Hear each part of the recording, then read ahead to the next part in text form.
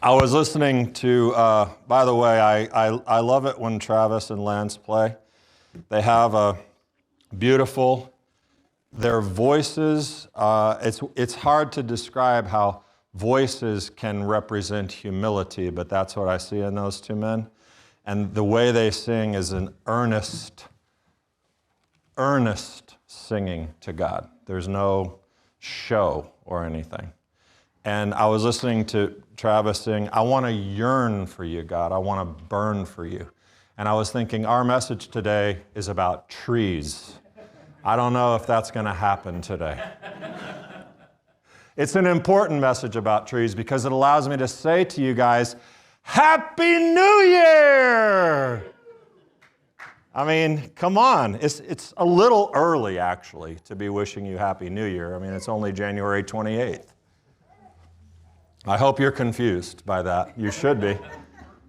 This is the Happy New Year of one of the 5 New Years that we get to celebrate in the synagogue. Now just pause right there. Isn't that incredible? What other religion gives you the opportunity to celebrate 5 New Years in 1 year? Of course we have January 1st, but that's boring. I mean, everybody does that. We have 4 more. We have this one that's coming up. It's called BiShvat, the New Year for trees. Today is the 6th of Shabbat. On the 15th of Shabbat, which is the Hebrew month, we'll celebrate another New Year. So that's the Happy New Year I'm giving you. But there are 3 other ones.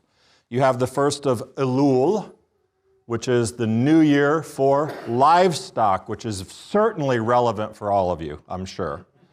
We also have the 1st of Nisan, which is coming up not too long from now. And we have the 1st of Tishrei, which is what? The month of Tishrei is the holiest month in the calendar. It's the 7th month, and the 1st of Tishrei is a very familiar New Year called Rosh Hashanah, the head of the year. So, why, you ask, would there need to be 4 different New Years? Why so complicated? Well, I want to make it extremely complicated for you and read from the Mishnah to give you the reason why. And the Mishnah, of course, is a very, very ancient text. If you guys will pull up my slideshow, it will be helpful. This is the text from the Mishnah, which helps us understand these 4 New Years. On the 1st of Nisan is the New Year for kings. That is for Jewish kings. There's a different one for Gentile kings. But on the 1st of Nisan is the New Year for kings. It is from this date that the years of a king's rule are counted, and the 1st of Nisan is also the new year for the order of the festivals, as it determines which is considered the first festival of the year and which the last. So, what's this king thing? Well, contracts in the ancient Near East were dated by which king was ruling. So, there's a unique thing about how a king's reign is counted. The month before Nisan is called Adar. If a king became king on the last day of Adar, that is considered his first year of kingship. The next day, when it became Nisan 1, he was in his 2nd year. Okay? This is the new year for kings. That's how that works. It's also, of course, the new year for festivals, because Nisan, Pesach, is the first festival that the Hebrews were commanded. Second, on the 1st of Elul is the new year for animal tithes. All the animals born prior to that date belong to the previous tithe year and are tithed as a single unit, whereas those born after that date belong to the next tithe year. Now, there's a dissenting opinion, which I didn't put in there. But this is animal tithes. You put all of your animals in a pen. There's a very narrow gate. This should sound familiar to those who are familiar with the New Testament. But there's a big pen, a narrow gate. The farmer takes the animals through, and every 10th one he daubs with a red mark, and that's his tithe on his livestock. Elul is related to that. That's how you know which animals to tithe when. Okay? On the 1st of Tishrei is the new year for counting years. That's Rosh Hashanah, as will be explained in the Gemara, it says. Rosh Hashanah is the creation of the world, tradition tells us. So we count years from Rosh Hashanah. It's also the time at which God judges the year. Yom Hadin, the day of judgment, is another name for Rosh Hashanah. And the 1st of Tishrei is for counting sabbatical years and jubilee years. From the 1st of Tishrei, there is a biblical prohibition that you do not work the land during the 7th year or the 50th year. That's the Shemitah and the Jubilee or the Yovel. But also, and here's where it gets nice and complicated, it's also the new year for planting, for determining the years of Orlah, the 3-year period from when a tree has been planted, during which time its fruit is forbidden. Now listen, planting, okay? Let me explain this to you. And I know you're probably already beginning to doze off, but this is the important stuff. This is from the Torah. This is Leviticus 19. When you enter the land and plant all kinds of trees for food, then you shall count their fruit as forbidden. 3 years it shall be forbidden to you, it shall not be eaten. But in the 4th year, all its fruit shall be holy, an offering of praise to the Lord. In the 5th year, you're to eat of its fruit, that its yield may increase for you. I am the Lord your God. So, again, sort of like the kings, if you plant a tree at least 44 days in advance of Tishrei, 2 weeks for it to take root, a month for it to grow, that tree is counted as being 1 year old at that point. At the 1st of Tishrei, it enters its 2nd year. Okay, you with me? This is for the determination of how do we know how long a tree has been in the ground for Orlah, that 3-year period in which it is forbidden to eat. That is marked by the 1st of Tishrei. It's a new year for planting. That has nothing to do with tithing, by the way. You awake?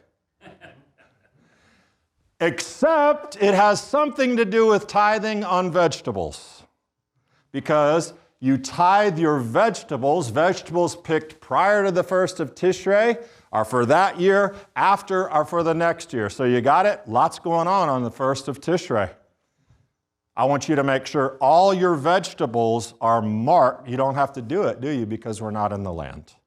But that's the 3rd new year. And the 4th new year, it says the 1st of Shvat is the new year for trees.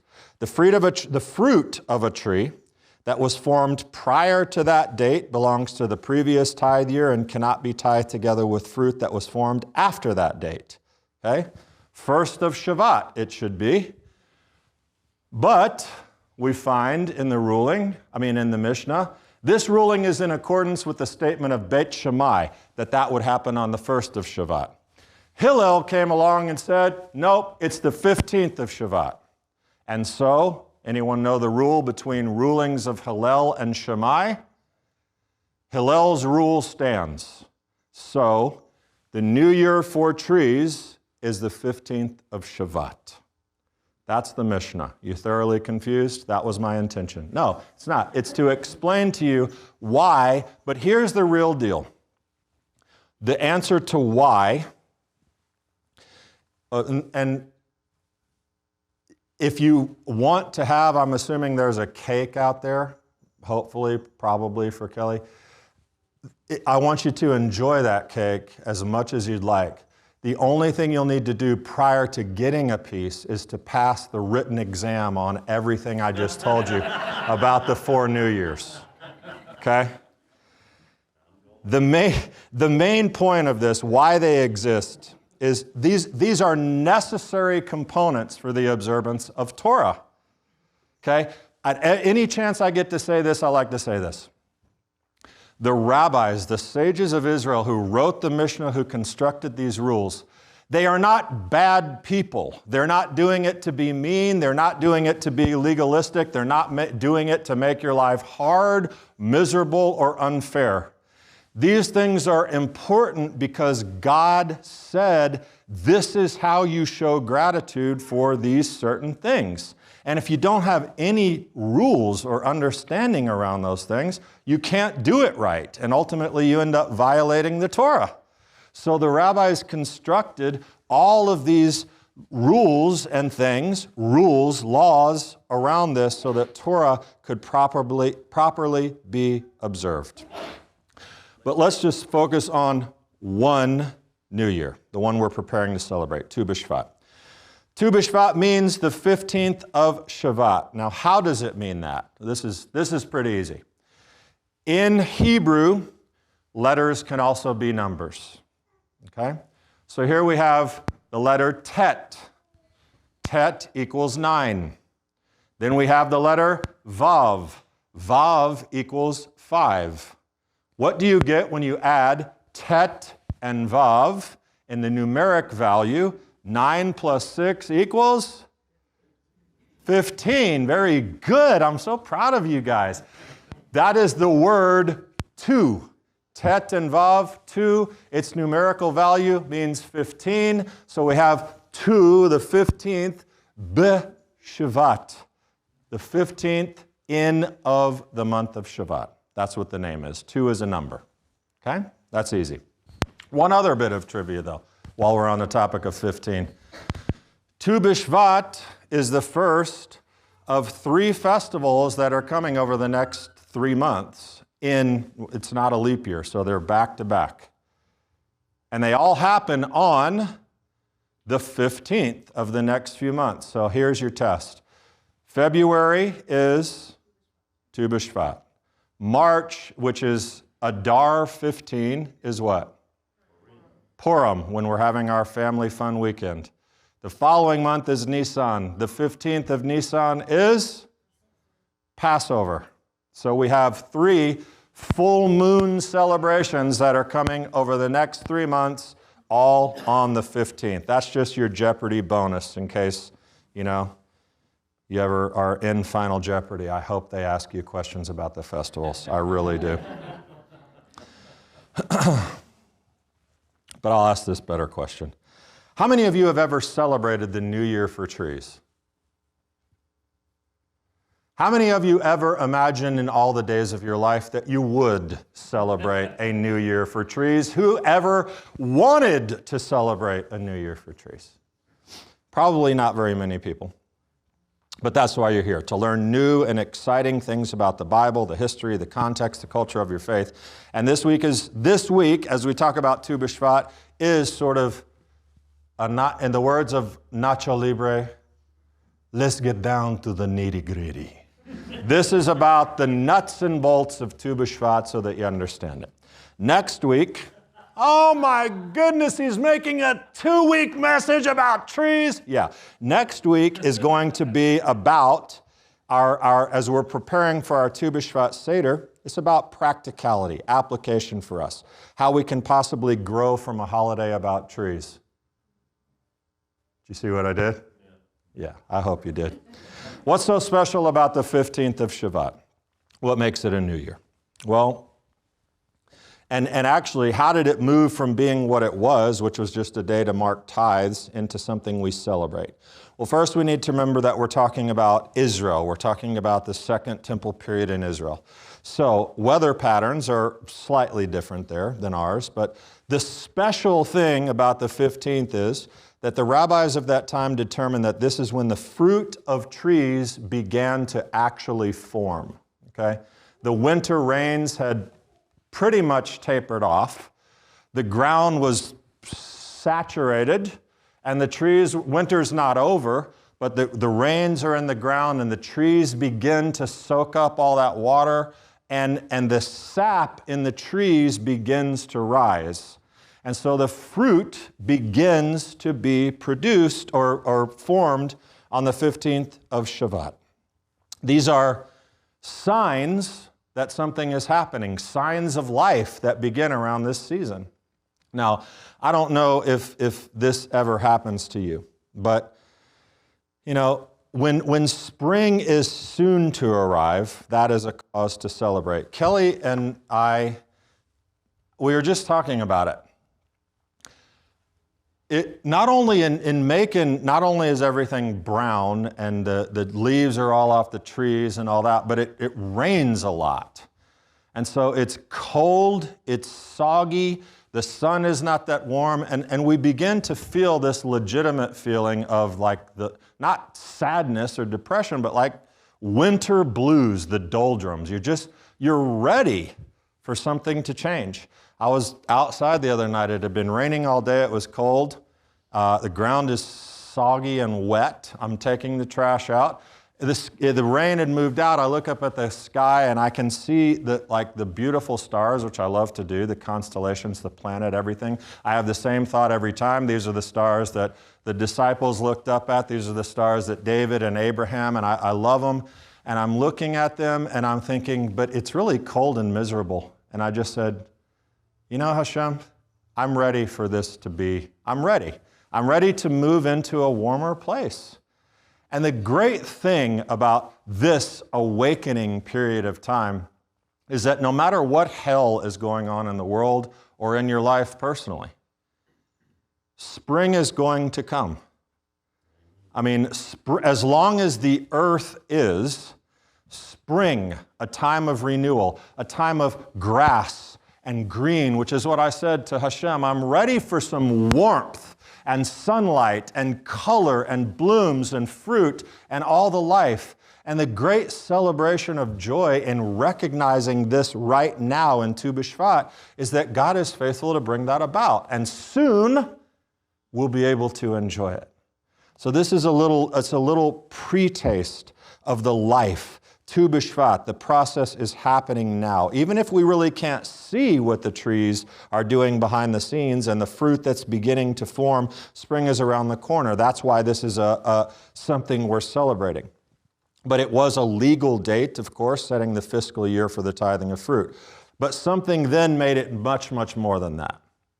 Something that transformed Israel and Judaism as a whole also transformed BiShvat. It happened in 70 CE. Can you tell me what that would be? The destruction of the temple changed everything because now there was no place to bring tithes. All of that sort of just, it sort of vanished, you know, and we talked about this in the Ask the Rabbi section on Shalom at Home, on the a class that we did on Wednesday. Thursday night, by the way, Pat Petronio did a wonderful class on Shalom at Home called Now What? There are things going on at Shalom at Home. If you're not part of that, check it out. But in the Ask the Rabbi class, we talked about a development that began to happen during Talmudic times and after the destruction of the temple. There was a new way of connecting things, which was called the Midrashic way, looking at finding meaning in things that had changed so much. And this more Midrashic or esoteric approach looked like this. Sacrifice was gone. The place of the Torah, you know, it became much more prevalent. And even this time of year, because we weren't bringing tithes, the sages looked for some other significance. It wasn't about tithes anymore. And so after the exile, we find this new relevant meaning in two primary areas. First of all, remembering and celebrating the land of Israel.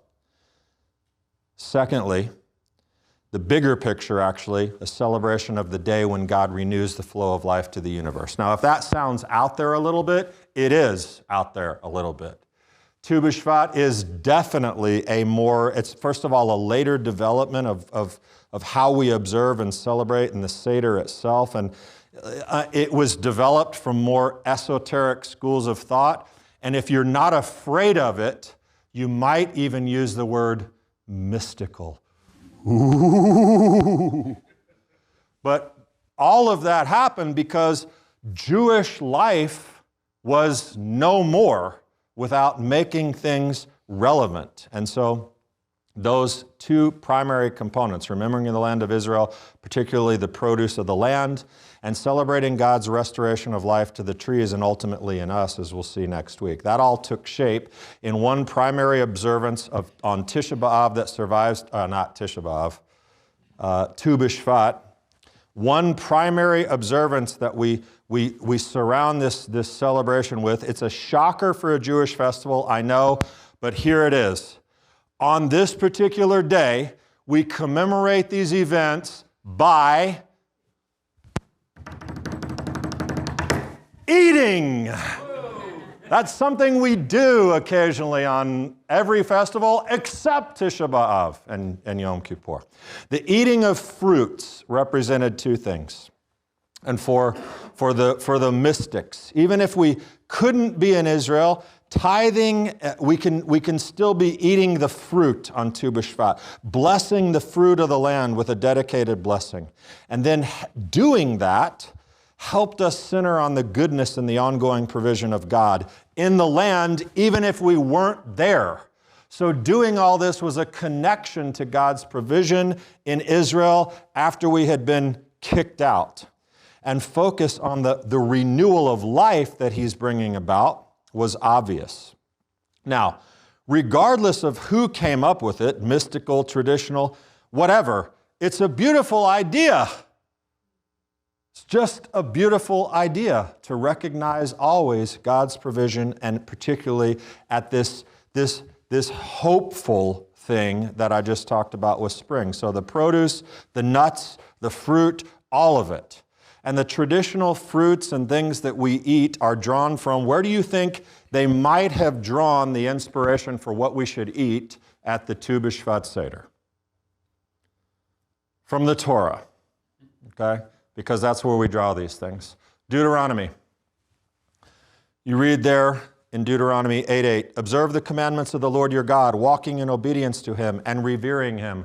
For the Lord your God is bringing you into a good land, a land with brooks and streams and deep springs gushing out into the valleys and hills, a land with wheat, barley, vines, that's grapes, and fig trees, that's figs, pomegranates, olives, that's olive oil, and honey. These are not bee honey, date honey. These are the 7 species of the land of Israel in the Torah. And so as part of the Tu BiShvat Seder, we celebrate and consume the 7 species of the land. And it's from these ideas that the Tu BiShvat Seder developed, obviously modeled after the Passover Seder, complete with 4 cups of wine even, which if you're a wine drinker, it makes the Seder more fun. Each representing those 4 cups of wine in the Tu BiShvat Seder, they found a beautiful and creative way to celebrate and connect those to redemption and renewal for the Jewish people from Isaiah 43:5, and 7, where Isaiah writes, do not fear, for I'm with you. I will bring your offspring from the east and gather you from the west. I will say to the north, give them up, and to the south, do not hold them back. Bring my sons from afar and my daughters from the ends of the earth. Everyone who is called by my name, 1 cup. Whom I have created for my glory, a 2nd cup. 3rd, whom I have formed, and whom I have made, the 4 cups. And even the wine is tied to the idea of God's nature and renewal. Your 1st cup, you start with a straight up glass of white wine. White represents the dormancy of winter in this particular case. Your next cup, you add a few little drops of red as the sap rises. Your 3rd cup, you add a little bit more as we approach closer to spring. And then red, the last cup with just a few remaining drops of white wine, celebrates blossoming and renewal in your body and in the world. It represents nature and in bloom. So, they thought a lot about this to make it beautiful.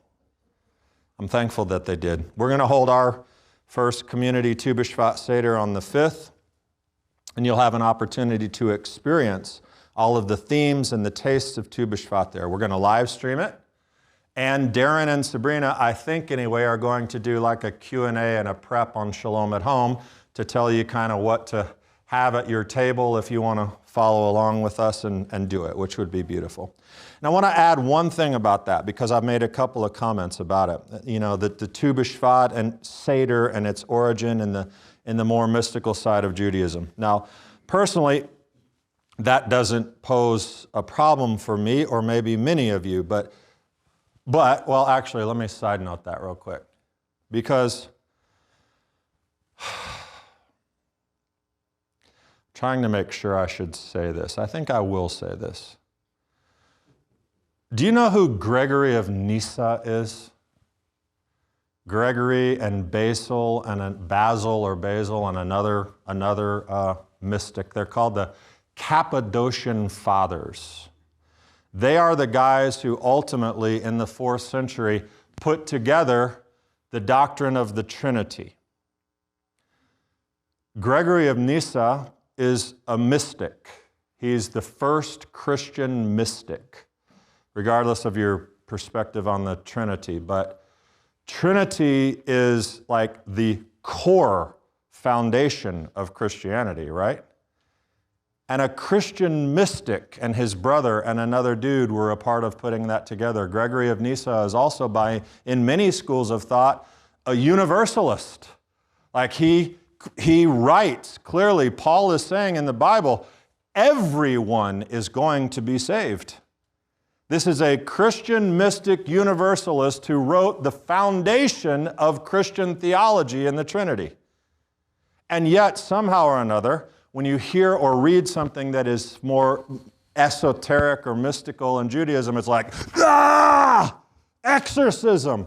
No, sometimes you have to just let the Holy Spirit be a filter for you in experiencing things that you may not be familiar with. I am not in any way suggesting that you go out after Shabbat and get yourself a copy of the Zohar and begin to, put a red bracelet on and study Kabbalah all day. I'm not suggesting that. But I am suggesting, and I've made this point on purpose about the foundations of this, because if you choose to experience it and you find something beautiful in the experience, that's a lesson. It's more than just about spring. It's about being open at least to the idea that some people that might be different than you have good ideas that can improve your spiritual life and connection to God. Okay, sorry. Little soapbox thing there that I just needed to get off my chest. I like Gregory of Nyssa, by the way. He's a beautiful, beautiful writer. We follow in our seder, though, having said all of that, you ready? We follow the FFOZ, First Fruits of Zion, Haggadah for Tisha B'Av, Tu BiShvat. It's just so confusing. For Tu BiShvat, which has done a fantastic job. It's called Bloom. You can still get it before your seder if you want. It's called Bloom. It's a Messianic Jewish Haggadah for Tu BiShvat. Yeah, I said that right, Tu BiShvat.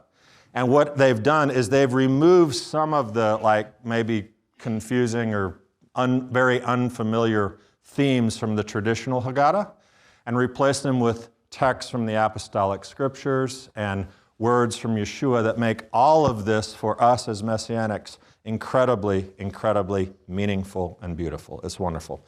Last component, I promise you, of Tu BiShvat, what's left?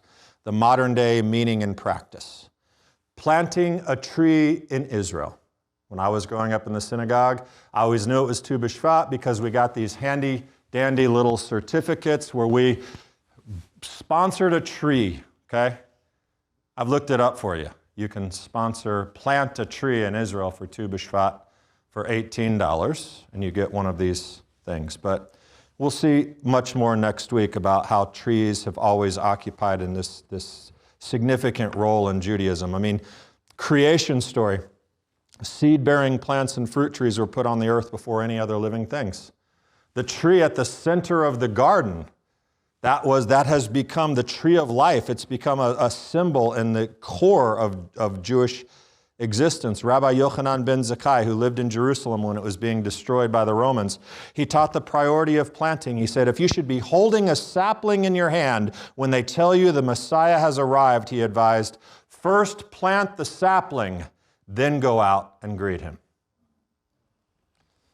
On Tu BiShvat in ancient Israel, when a boy was born, a cedar tree was planted. When a girl was born, a cypress tree was planted. The cedar, strong and bold. The cypress, strong, bold. No, the cedar, strong, bold. The cypress, fragrant and gentle and beautiful. And so they would plant these trees for the boy and the girl.